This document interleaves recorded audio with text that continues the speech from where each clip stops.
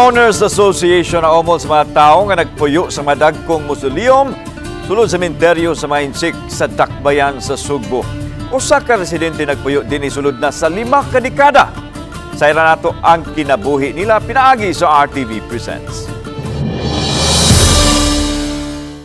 Literal nga gated community nga susama gyud sa usa ka subdivision ang sitwasyon sa usa ka komunidad sa Barangay Carita.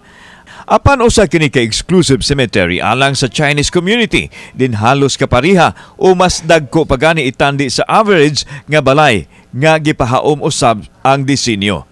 Ang naasong final resting place sa mga Chinoy mausab ang gihimong Pinoy-anan sa 200 ngadto sa 500 ka mga pamilya. Hamugaway ang ilang pagpuyo itandi kung anaa sila daplin sa karsada kay dako o konkrito ang ilahang Pinoy-anan. Gawas lang sa kadulog nila nga mga minatay. Ang 67 anyos nga si Ingracia Pobadora ang unang nagpuyo sa samang sulod na sa 53 katuig. Dinhi siya nanganak ug nangapo.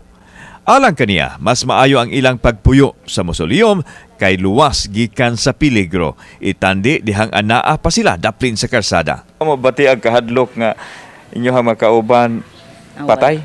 Wala man sad may batiag kahadlok sir. Permiro gyud murag hadlok mi kay wala may kuan kay sir suga.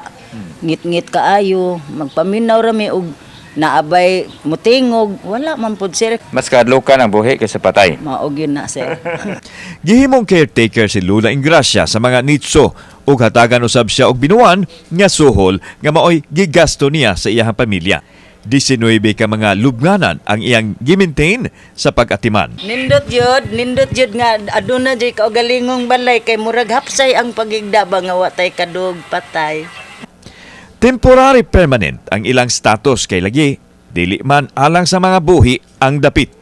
Busa aron mahatagan sila og tingog, nag-umol sila og kaugalingong Homeowners Association aron makakuha sab og suporta gikan sa kagamhanan. Presidente nila sa kahugpungan si Ninita Mongkada nga 18 ka tuig nang nagpuyo sa dapit. Sa among pagpuyo sa pagsinugdanan diri okay ra man pud pero tungod lagi kay kining atong gipuy-an dili man gid angay nato kay angay man ni sa mga patay. Giduso karon ni Mayor Mike Rama ang 50 bilyones pesos nga annual budget ug apil nini ang pagpatukod sa 200 ka mga medium-rise buildings alang sa mga informal settlers. Ug mao kini ang gidamgo usab sa mga tao nga nagpuyo sa sementeryo.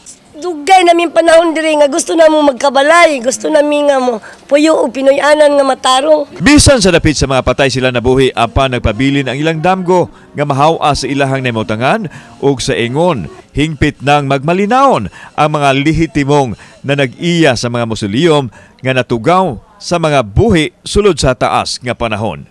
Kauban si Clover Lumayag ug Rod Prado, ako si Alan Domingo. Balitang Bisdak.